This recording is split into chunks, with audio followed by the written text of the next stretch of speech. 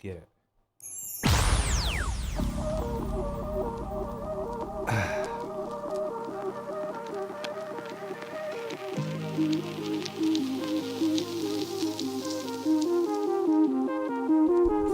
Boom.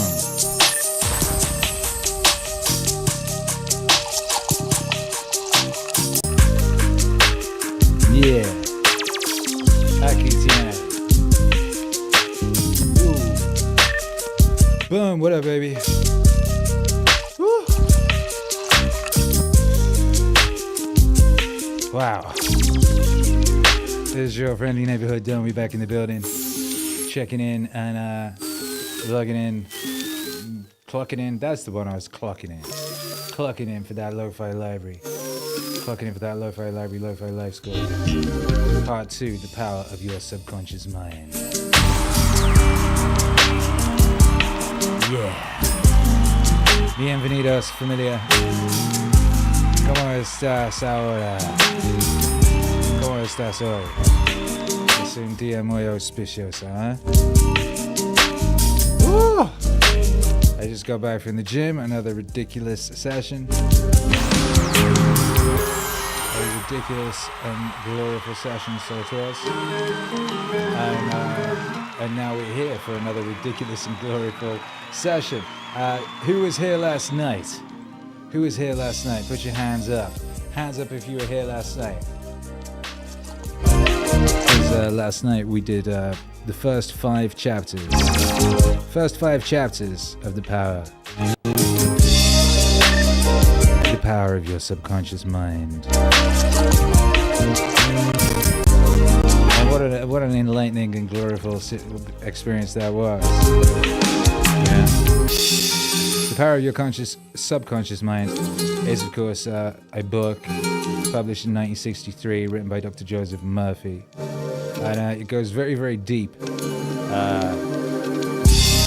on the power of your subconscious mind. What did we learn yesterday? Those of you who were here yesterday, what did we glean yesterday? What up, Jason Eva? Says programming the subconscious continues. Yes, it does. That it be, that it do.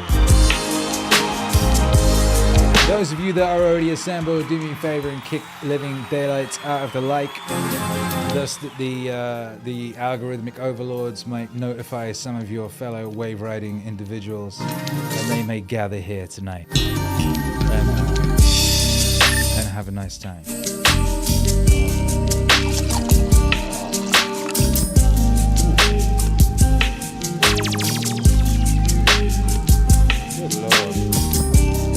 I've been going to this particular gym for like 2 years. It'll be 3 years in July, good lord.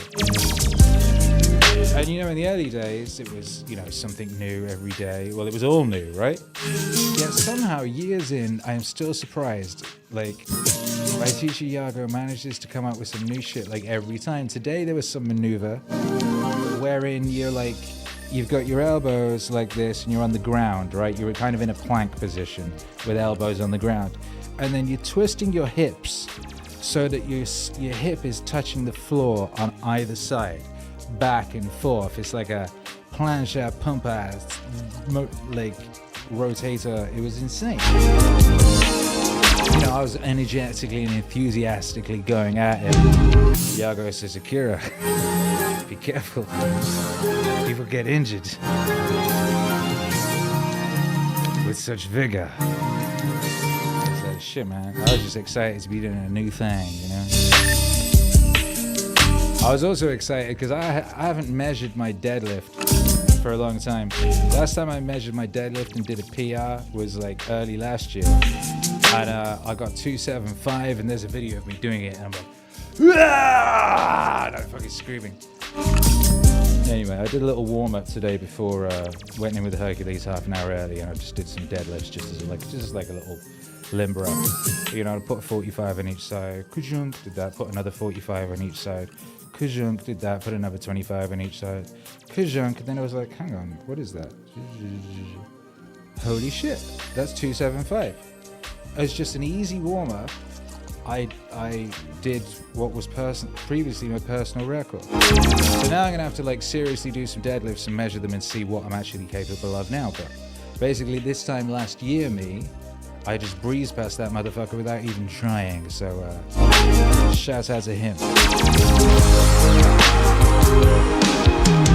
Ooh. Anyway, shout out to everyone locked in. How are you all doing?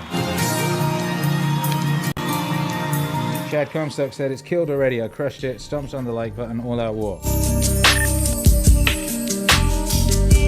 I mean, I would be surprised if it was actually... Authority on sleep demonstrated that at night, while asleep, you receive impressions showing that the nerves of the eyes, ears, nose, and taste buds are active during sleep, and also that the nerves of your brain are quite active. He says that the main reason we sleep is because, quote, the nobler part of the soul is united by abstraction to our higher nature and becomes a participant in the wisdom and foreknowledge of the gods, unquote.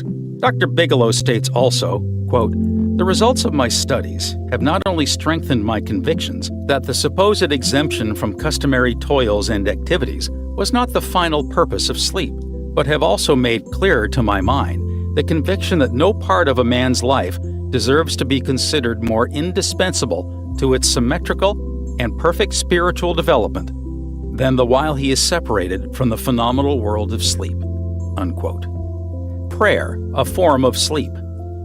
Your conscious mind gets involved with vexations, strife, and contentions of the day, and it is very necessary to withdraw periodically from sense evidence and the objective world, and commune silently with the inner wisdom of your subconscious mind.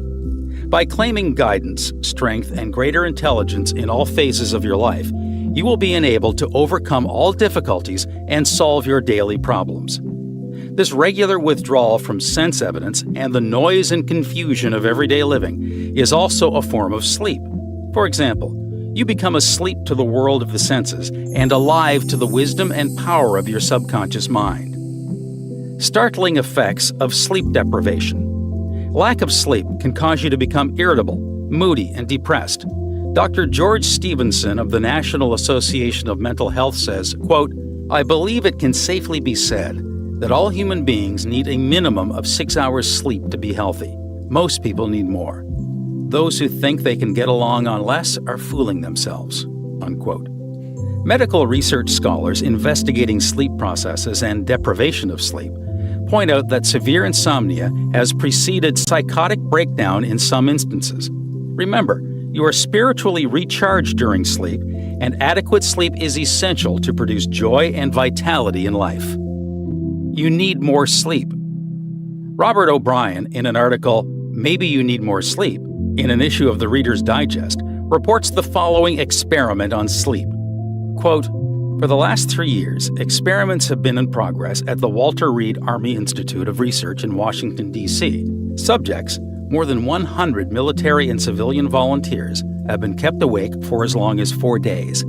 Thousands of tests have measured the effects on their behavior and personality. Results of these tests have given scientists astonishingly new insights into the mysteries of sleep.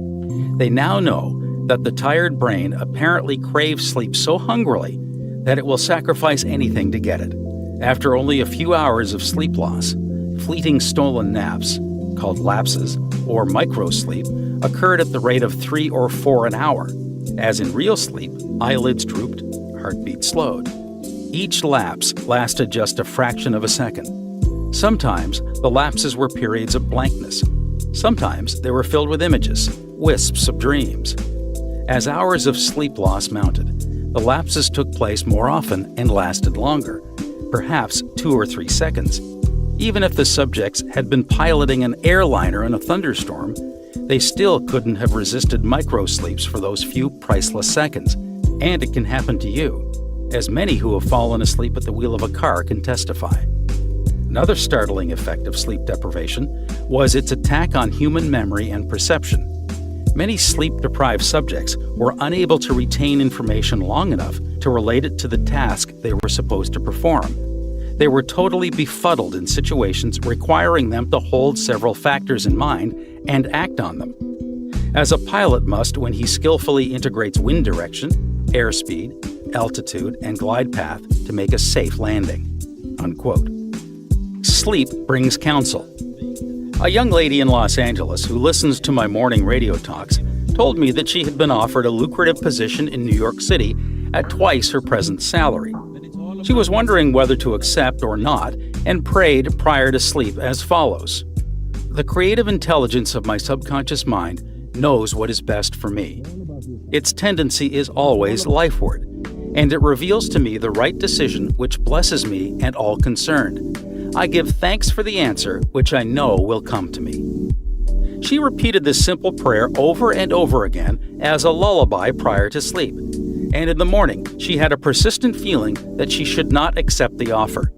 She rejected the offer, and subsequent events verified her inward sense of knowing, because the company went bankrupt in a few months following their offer of employment to her.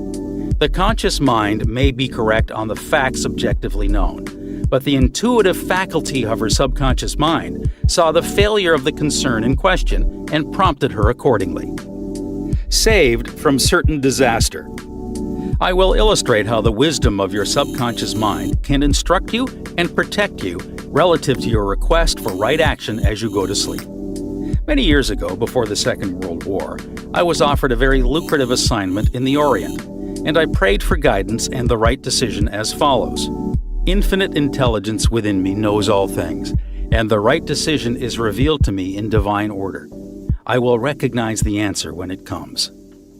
I repeated this simple prayer over and over again as a lullaby prior to sleep, and in a dream came the vivid realization of things to come 3 years hence. An old friend appeared in the dream and said, "Read these headlines, don't go."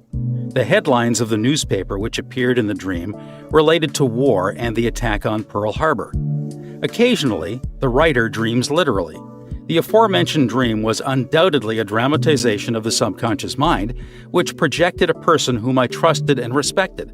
To some, a warning may come in the form of a mother who appears in a dream. She tells the person not to go here or there, and the reason for the warning. Your subconscious mind is all-wise. It knows all things. Oftentimes, it will speak to you only in a voice that your conscious mind will immediately accept as true. Sometimes, your subconscious will warn you in a voice which sounds like that of your mother or some loved one, which may cause you to stop on the street, and you find, if you had gone another foot, a falling object from a window might have struck you on the head. My subconscious mind is one with the universal subconscious, and it knew the Japanese were planning a war, and it also knew when the war would start. Dr. Ryan, director of the Department of Psychology at Duke University, has gathered together a vast amount of evidence showing that a great number of people all over the world see events before they happen, and in many instances are, therefore, able to avoid the tragic event which was foreseen vividly in a dream. The dream, which I had showed clearly the headlines in the New York Times about 3 years prior to the tragedy of Pearl Harbor. In consequence of this dream, I immediately canceled the trip as I felt a subconscious compulsion to do so. 3 years later, the Second World War proved the truth of the inner voice of intuition. Your future is in your subconscious mind.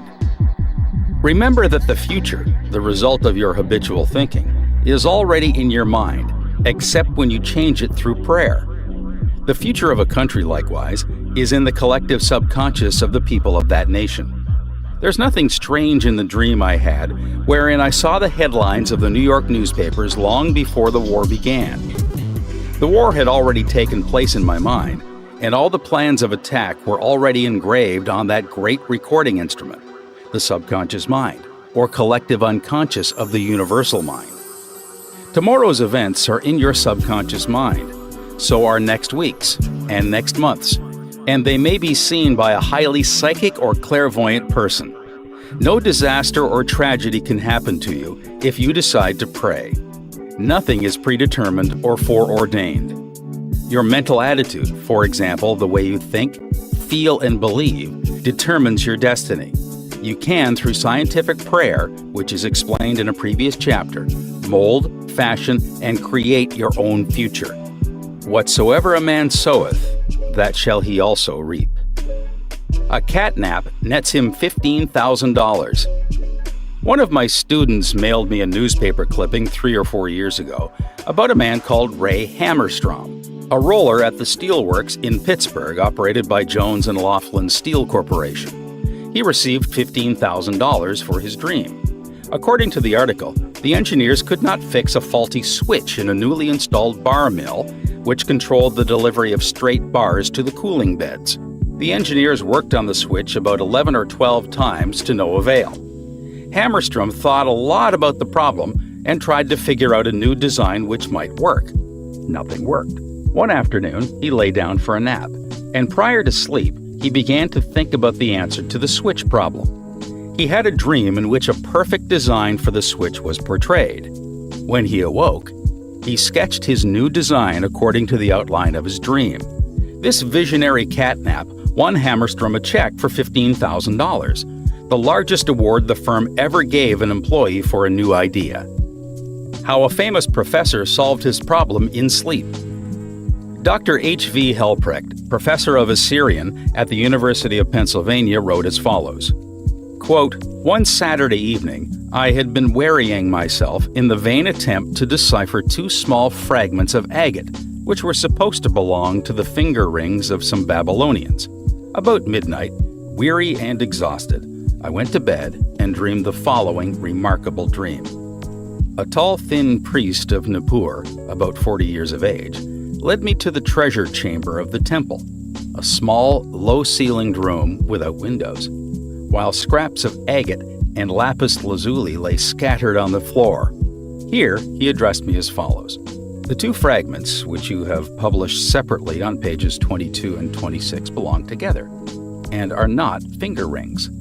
The first 2 rings served as earrings for the statue of the god. The 2 fragments you have are the portions of them.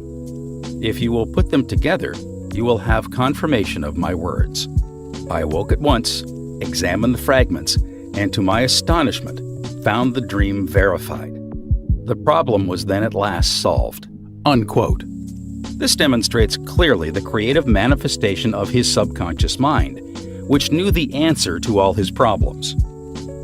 How the subconscious worked for a famous writer while he slept.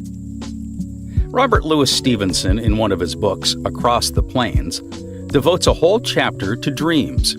He was a vivid dreamer and had the persistent habit of giving specific instructions to his subconscious every night prior to sleep.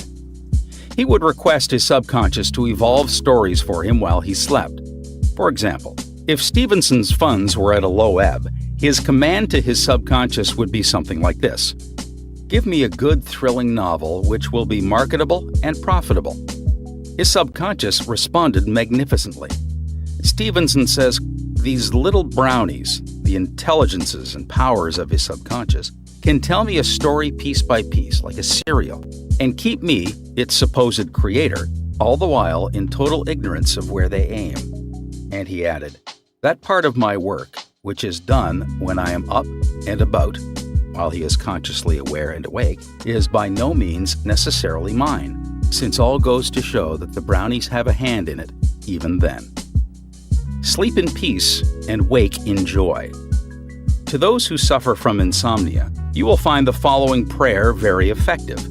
Repeat it slowly, quietly, and lovingly prior to sleep. My toes are relaxed. My ankles are relaxed. My abdominal muscles are relaxed. My heart and lungs are relaxed. My hands and arms are relaxed. My neck is relaxed. My brain is relaxed. My face is relaxed. My eyes are relaxed. My whole mind and body are relaxed. I fully and freely forgive everyone, and I sincerely wish for them harmony, health, peace, and all the blessings of life. I am at peace. I am poised, serene, and calm. I rest in security and in peace. A great stillness steals over me, and a great calm quiets my whole being as I realize the divine presence within me. I know that the realization of life and love heals me. I wrap myself in the mantle of love and fall asleep filled with goodwill for all. Throughout the night, peace remains with me, and in the morning I shall be filled with life and love. A circle of love is drawn around me. I will fear no evil, for thou art with me. I sleep in peace. I awake in joy, and in him I live, move, and have my being. Summary of your aids to the wonders of sleep.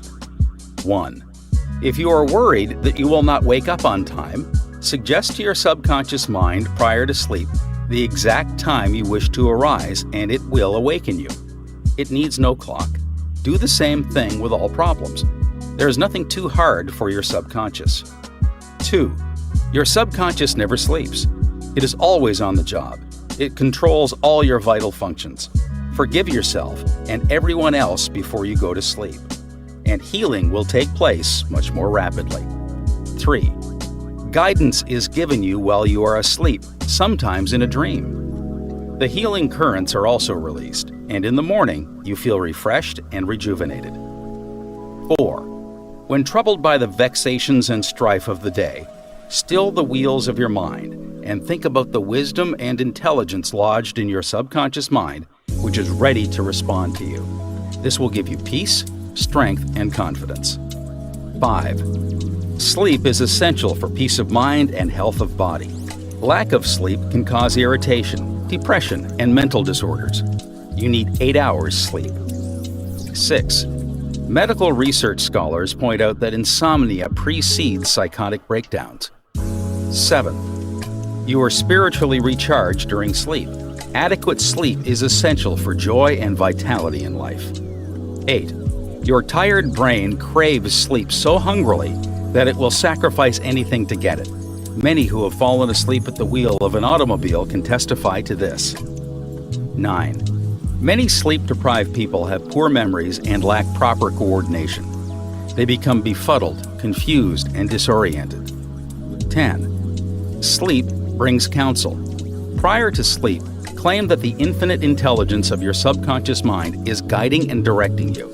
Then, watch for the lead which comes, perhaps on awakening. 11. Trust your subconscious completely. Know that its tendency is always lifeward. Occasionally, your subconscious answers you in a very vivid dream and a vision in the night. You can be forewarned in a dream in the same way as the author of this book was warned.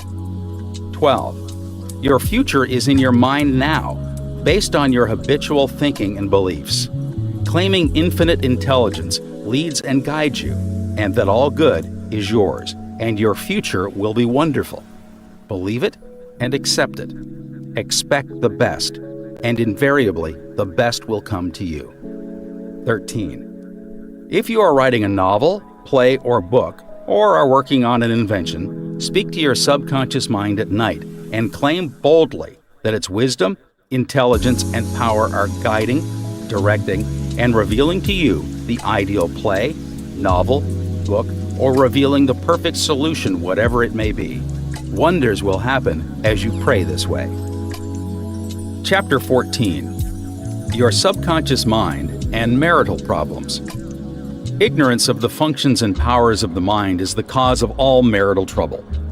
Friction between husband and wife can be solved by each using the law of mind correctly. By praying together, they stay together. The contemplation of divine ideals, the study of the laws of life, the mutual agreement on a common purpose and plan, and the enjoyment of personal freedom bring about that harmonious marriage, that wedded bliss, that sense of oneness where the two become one. The best time to prevent divorce is before marriage. It is not wrong to try to get out of a very bad situation, but why get into the bad situation in the first place? Would it not be better to give attention to the real cause of marital problems? In other words, to really get at the root of the matter involved? As with all other problems of men and women, the problems of divorce, separation, annulment, and endless litigation are directly traceable to lack of knowledge of the working and interrelationship of the conscious and subconscious mind. The meaning of marriage. Marriage, to be real, must first be on a spiritual basis. It must be of the heart, and the heart is the chalice of love. Honesty, sincerity, kindness, and integrity are also forms of love. Each partner should be perfectly honest and sincere with the other. It is not a true marriage when a man marries a woman for her money, social position, or to lift his ego, because this indicates a lack of sincerity, honesty, and true love. Such a marriage is a farce, a sham, and a masquerade. When a woman says, "I am tired working. I want to get married because I want security," her premise is false. She is not using the laws of mind correctly. Her security depends on her knowledge of the interaction of the conscious and subconscious mind and its application. For example, a woman will never lack for wealth or health if she applies the techniques outlined in the respective chapters of this book. Her wealth can come to her independent of her husband, father, or anyone else. A woman is not dependent on her husband for health, peace, joy, inspiration, guidance, love, wealth, security, happiness, or anything in the world. Her security and peace of mind come from her knowledge of the inner powers within her and from the constant use of the laws of her own mind in a constructive fashion. How to attract the ideal husband. You are now acquainted with the way your subconscious mind works. You know that whatever you impress upon it, it will be experienced in your world. Begin now to impress your subconscious mind with the qualities and characteristics you desire in a man. The following is an excellent technique. Sit down at night in your armchair, close your eyes, let go, relax the body, become very quiet, passive, and receptive. Talk to your subconscious mind and say to it, "I am now attracting a man into my experience who is honest, sincere, loyal, faithful, peaceful, happy, and prosperous. These qualities which I admire are sinking down into my subconscious mind now. As I dwell upon these characteristics, they become a part of me and are embodied subconsciously. I know there is an irresistible law of attraction and that I attract to me a man according to my subconscious belief. I attract that which I feel to be true in my subconscious mind. I know I can contribute to his peace and happiness. He loves my ideals, and I love his ideals. He does not want to make me over, neither do I want to make him over. There is mutual love, freedom, and respect." Practice this process of impregnating your subconscious mind. Then you will have the joy of attracting to you a man possessing the qualities and characteristics you mentally dwelt upon. Your subconscious intelligence will open up a pathway whereby both of you will meet, according to the irresistible and changeless flow of your own subconscious mind. Have a keen desire to give the best that is in you of love, devotion, and cooperation. Be receptive to this gift of love which you have given to your subconscious mind. How to attract the ideal wife. Affirm as follows: "I now attract the right woman who is in complete accord with me." This is a spiritual union because it is divine love functioning through the personality of someone with whom I blend perfectly. I know I can give to this woman love, light, peace, and joy. I feel and believe I can make this woman's life full, complete, and wonderful. I now decree that she possesses the following qualities and attributes. She is spiritual, loyal, faithful, and true. She is harmonious, peaceful, and happy. We are irresistibly attracted to each other. Only that which belongs to love, truth, and beauty can enter my experience. I accept my ideal companion now. As you think quietly and with interest on the qualities and attributes which you admire in the companion you seek, you will build the mental equivalent into your mentality. Then, the deeper currents of your subconscious mind will bring both of you together in divine order. No need for third mistake. Recently, a teacher said to me, "I have had 3 husbands, and all 3 have been passive, submissive, and dependent on me to make all decisions and govern everything. Why do I attract such type men?"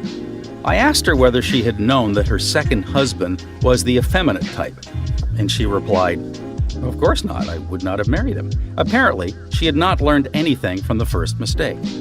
The trouble was with her own personality makeup. She was very masculine, domineering, and unconsciously wanted someone who would be submissive and passive so that she could play the dominant role. All this was unconscious motivation, and her subconscious picture attracted to her what she subjectively wanted. She had to learn to break the pattern by adopting the right prayer process. How she broke the negative pattern. The above-mentioned woman learned a simple truth. When you believe you can have the type of man you idealize, it is done unto you as you believe. The following is the specific prayer she used to break the old subconscious pattern and attract to her the ideal mate. I am building into my mentality the type of man I deeply desire. The man I attract for a husband is strong, powerful, loving, very masculine, successful, honest, loyal, and faithful. He finds love and happiness with me. I love to follow where he leads. I know he wants me, and I want him. I am honest, sincere, loving, and kind. I have wonderful gifts to offer him. They are goodwill, a joyous heart, and a healthy body. He offers me the same. It is mutual. I give and I receive.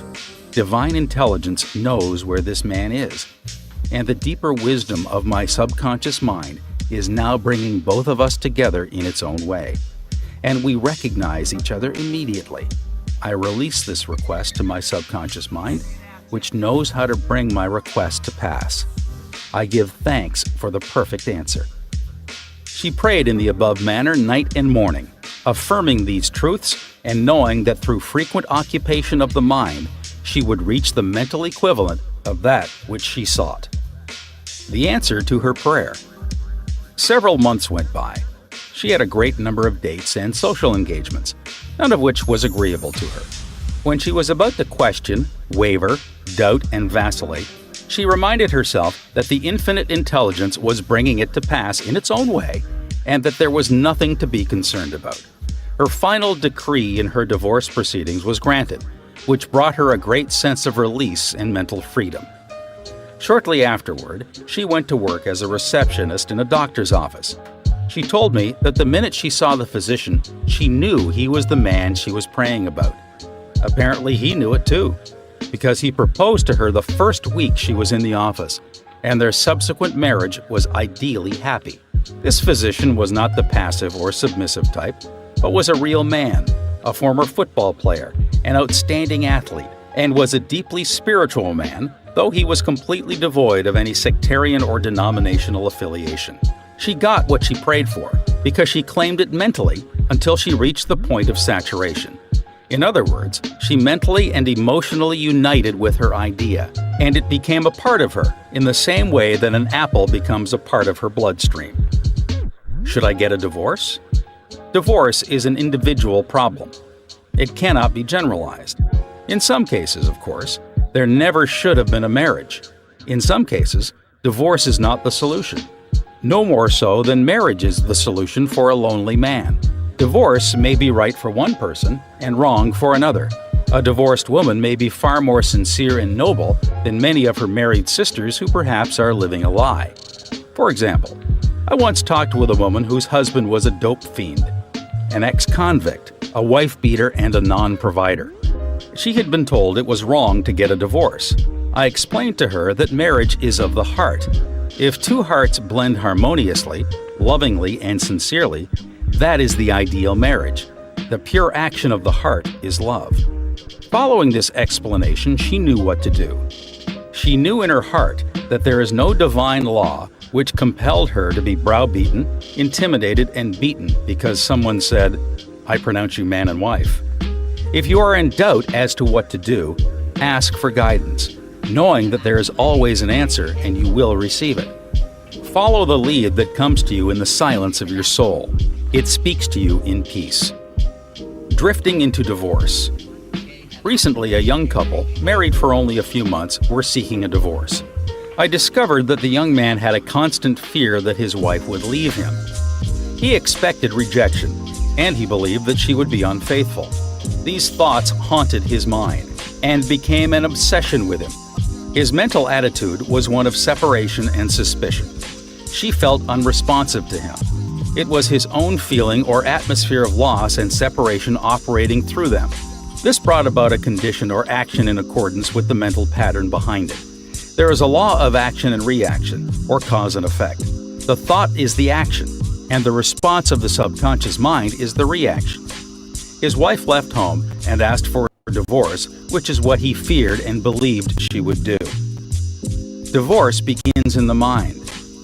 Divorce takes place first in the mind. The legal proceedings follow after. These two young people were full of resentment, fear, suspicion, and anger. These attitudes weaken, exhaust, and debilitate the whole being. They learned that hate divides and that love unites.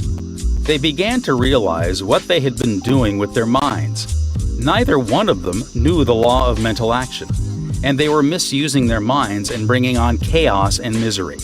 These two people went back together at my suggestion and experimented with prayer therapy. They began to radiate love, peace, and goodwill to each other. Each one practiced radiating harmony, health, peace, and love to the other, and they alternated in the reading of the Psalms every night. Their marriage is growing more beautiful every day. The nagging wife. Many times the reason the wife nags is because she gets no attention. Oftentimes it is a craving for love and affection. Give your wife attention and show your appreciation. Praise and exalt all her many good points. There is also the nagging type of woman who wants to make the man conform to her particular pattern. This is about the quickest way in the world to get rid of a man. The wife and the husband must cease being scavengers, always looking at the petty faults or errors in each other. Let each give attention and praise for the constructive and wonderful qualities in the other. The brooding husband. If a man begins to brood, grows morbid against his wife because of the things she said or did, he is, psychologically speaking, committing adultery. One of the meanings of adultery is idolatry. For example, giving attention to or uniting mentally with that which is negative and destructive. When a man is silently resenting his wife and is full of hostility toward her, he is unfaithful. He is not faithful to his marriage vows, which are to love, cherish, and honor her all the days of his life. The man who is brooding, bitter, and resentful can swallow his sharp remarks, abate his anger, and he can go to great lengths to be considerate, kind, and courteous. He can deftly skirt the differences. Through praise and mental effort, he can get out of the habit of antagonism. Then, he will be able to get along better, not only with his wife, but with business associates also. Assume the harmonious state, and eventually, you will find peace and harmony. The great mistake. A great mistake is to discuss your marital problems or difficulties with neighbors and relatives. Suppose, for example, a wife says to the neighbor, "John never gives me any money. He treats my mother abominably, drinks to excess, and is constantly abusive and insulting." Now, this wife is degrading and belittling her husband in the eyes of all the neighbors and relatives. He no longer appears as the ideal husband to them. Never discuss your marital problems with anyone except a trained counselor. Why cause numerous people to think negatively of your marriage? Moreover, as you discuss and dwell upon these shortcomings of your husband, you are actually creating these states within yourself. Who is thinking and feeling it? You are. As you think and feel, so are you. Relatives will usually give you the wrong advice. It is usually biased and prejudiced because it is not given in an impersonal way. Any advice you receive which violates the golden rule, which is a cosmic law, is not good or sound. It is well to remember that no two human beings ever live beneath the same roof without clashes of temperament, periods of hurts and strain. Never display the unhappy side of your marriage to your friends. Keep your quarrels to yourself. Refrain from criticism and condemnation of your partner.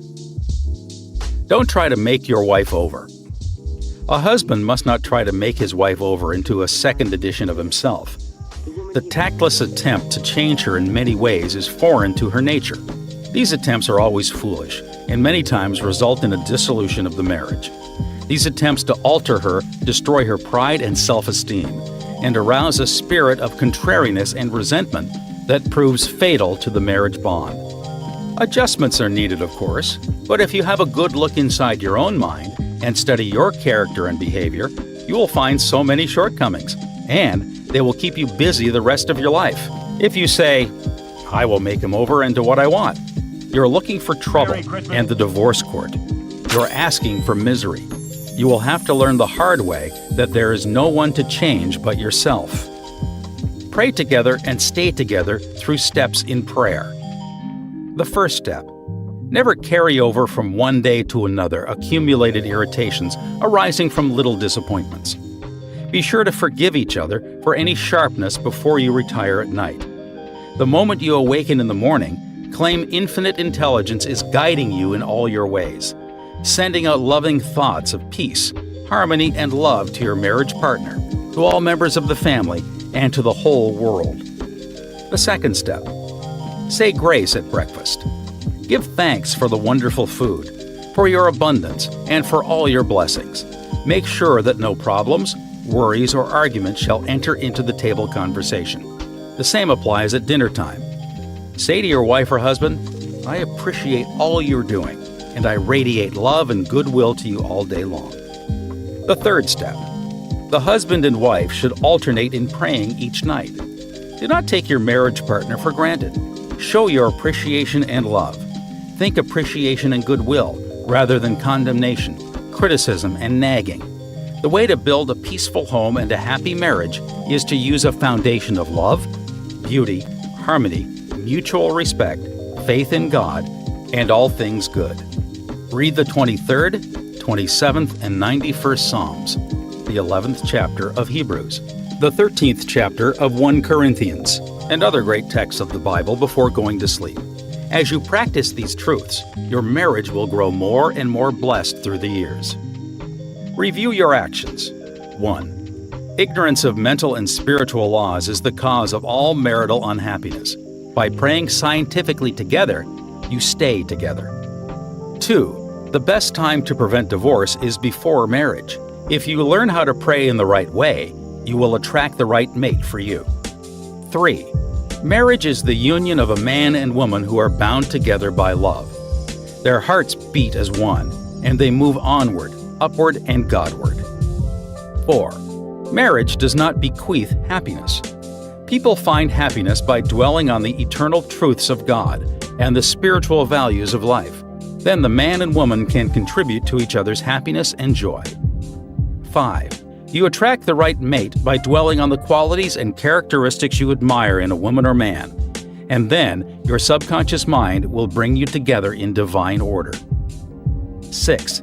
You must build into your mentality the mental equivalent of what you want in a marriage partner. If you want to attract an honest, sincere, and loving partner in life, you must be honest, sincere, and loving yourself. 7. You do not have to repeat mistakes in marriage. When you really believe you can have the type of man or woman you idealize, it is done unto you as you believe. To believe is to accept something as true. Accept your ideal companion now mentally. 8. Do not wonder how, why, or where you will meet the mate you are praying for. Trust implicitly the wisdom of your subconscious mind. It has the know-how, and you don't have to assist it. 9. You are mentally divorced when you indulge in peeves, grudges, ill will, and hostility toward your marriage partner. You are mentally dwelling with error in the bed of your mind. Adhere to your marriage vows. I promise to cherish, love, and honor him or her all the days of my life. 10. Cease projecting fears to your marriage partner. Project love, peace, harmony, and goodwill, and your marriage will grow more beautiful and more wonderful through the years. 11. Radiate love, peace, and goodwill to each other. These vibrations are picked up by the subconscious mind, resulting in mutual trust, affection, and respect. 12. A nagging wife is usually seeking attention and appreciation. She is craving for love and affection. Praise and exalt her many good points. Show her that you love her and appreciate her. 13. A man who loves his wife does not do anything unloving or unkind in word, manner, or action. Love is what love does. 14. In marital problems, always seek expert advice. You would not go to a carpenter to pull a tooth. Neither should you discuss your marriage problems with relatives or friends. You should go to a trained person for counsel. 15. Never try to make your wife or husband over. These attempts are always foolish and tend to destroy the pride and self-esteem of the other. Moreover, it arouses a spirit of resentment that proves fatal to the marriage bond. Cease trying to make the other a second edition of yourself. 16. Pray together and you will stay together. Scientific prayer solves all problems. Mentally picture your wife as she ought to be. Joyous, happy, healthy, and beautiful. See your husband as he ought to be, strong, powerful, loving, harmonious, and kind. Maintain this mental picture, and you will experience the marriage made in heaven, which is harmony and peace.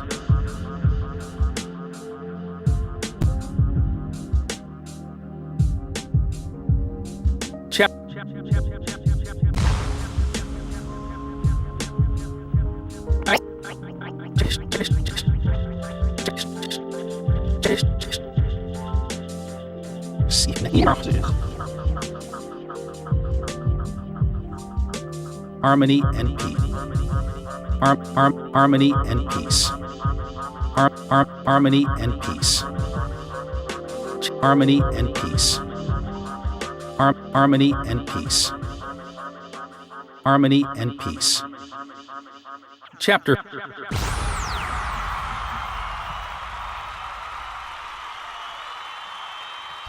I think that's a perfect spot to pause halfway, sorry, to 3/4 of the way through the book. Because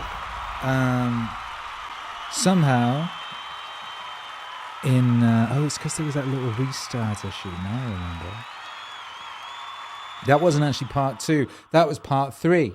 So we're going to do part 2 next. That was chapter 11 through to chapter... Jason knows this because he's really paying attention. He sent me a message I didn't notice at the time. He was like, hi, Chief. Just to confirm, we are starting on chapter 11 and not on chapter 6, right? Because you do mean to do this, right? No, I meant to start on chapter 6, and then something confused me. Can't even remember what it was, but something confused me. And we started on chapter 11. It was seamless. Like I said, each one of these each chapter in this book is pretty much standalone. It works, in and of itself, in a rather wonderful fashion, and so that's cool. Anyway, I enjoyed that very much. How about you? How is that for you, darling? How is that for you, dearest wave riding individual?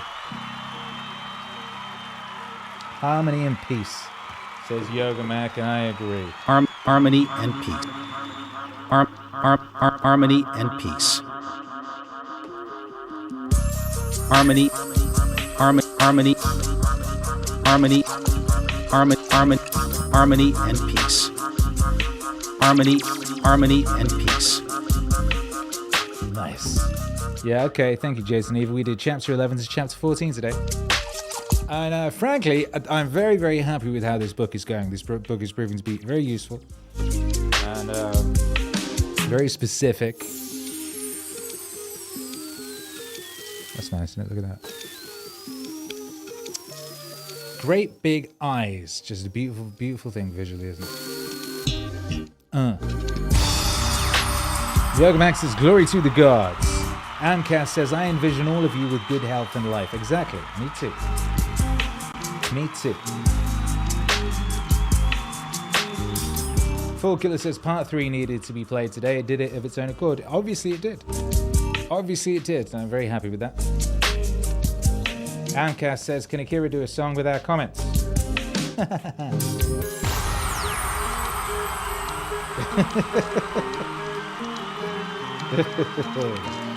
Some of them. Spagandi, some of that relationship advice were the things my ex-sweetheart told me. Very wise. How's she your ex-sweetheart? Did you not take them to heart?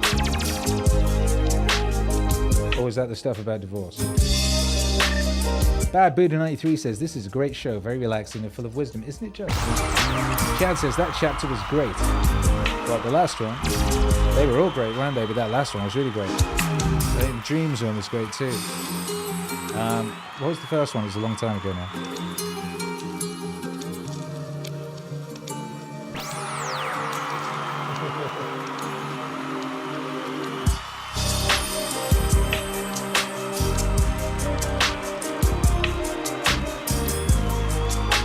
Harmony and peace. Harmony and peace. Harmony and peace. Shaz, has already locked in? We have indeed been listening to The Power of Your Subconscious Mind. If you refresh you will see it should now say part 3. And I shall update the thumbnail. Actually, Jason, can you do that? You update the thumbnail. Oh, hang on, let's see. Can you update the thumbnail? You might not have the requisite font installed. It should tell you what it is, though, and I think it's a free one. But you should be able to open up the Photoshop file of this thumbnail and just change part 2 there to part 3. Some people know in the future, when future people come to these broadcasts and try to listen to them and get them in the right order. Muy importante.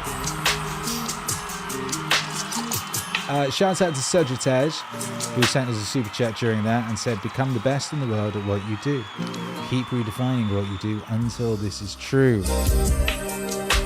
That's that wisdom of Naval right there. Chad says, so much good stuff to ponder from this book.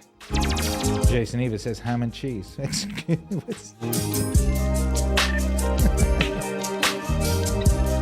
Indeed. Well, I am very much looking forward to continuing this. So I need to work out how to do that in my schedule. Given that this book is 4 times longer than I thought it was when I first scheduled it. 1, 2, 3, 4. Let me have a look in my schedule back here. Okay, so tomorrow we've got our PARTY, don't we? We've got our PARTY. Okay, what I had scheduled for... do you guys want to... Shall we do this on Saturday? And shall we do this on Saturday? You guys want to hang out on Saturday afternoon and do more of this?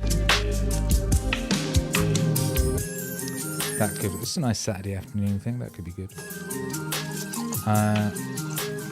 Ooh. Yeah, maybe that could work.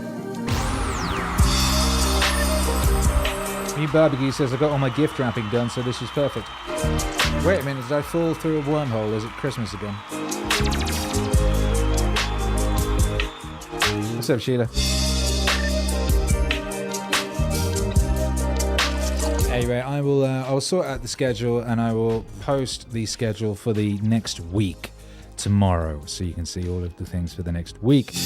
One thing we do know about next week, which is exciting, is Danica's going to be on the show on the 16th. That came around fast. Is that Tuesday? Bloody hell. Perfect. Harmony and peace. Harmony and peace.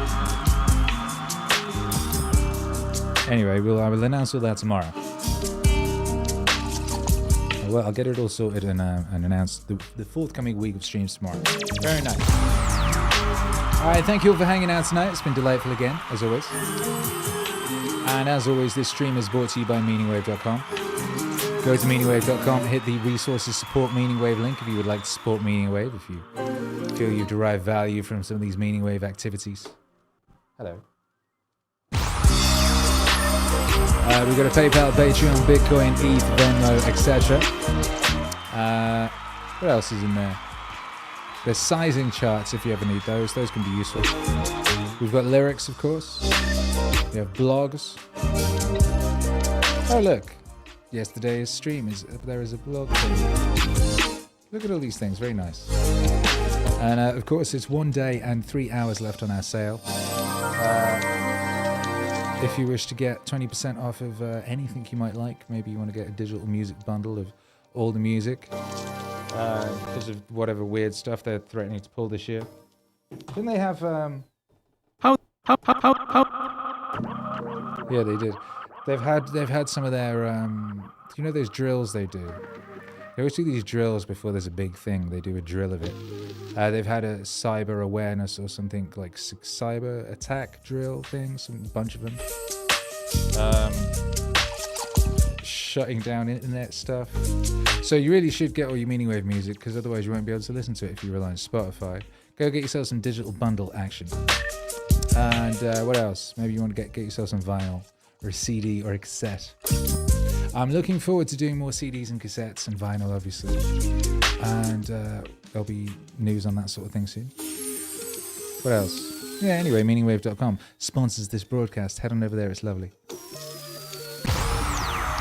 Amcast just sent us $1. Amcast, I hope this doesn't bring you a charge. I had a weird thing. Sometimes, because chats go by in some streams very fast and I don't see them all. And I had a dream or something, and I think it might have been real, that you sent us $1 and it put you overdrawn and you got bank charges. Is that real or did I imagine that? Either way, I appreciate you. Sagittarius says, is Ramadan feeling better? It's funny, I was just thinking about that. I was literally just thinking about Ramadan and her health. She's better today than she was yesterday. Much better today than she was yesterday. Still not, 100, but much better today. And, I think we should all imagine her being very, very happy and healthy tomorrow. How about that? How about that? All right, gang, I'm going to go see Ramadan. How about that? And little Hercules, before he goes to sleep. I think he's got 1 minute before he goes to sleep. We'll be back tomorrow for our PARTY. I cannot believe how fast this week has flown by. I suppose I can believe it, but it still amazes me. And look forward to getting back to this book on the weekend. And as always, thank you for being here. Love to you and your family. Kick the crap out of that like, leave a comment on the way out, and head on over to meaningwave.com. Good night and God bless you, beautiful thing.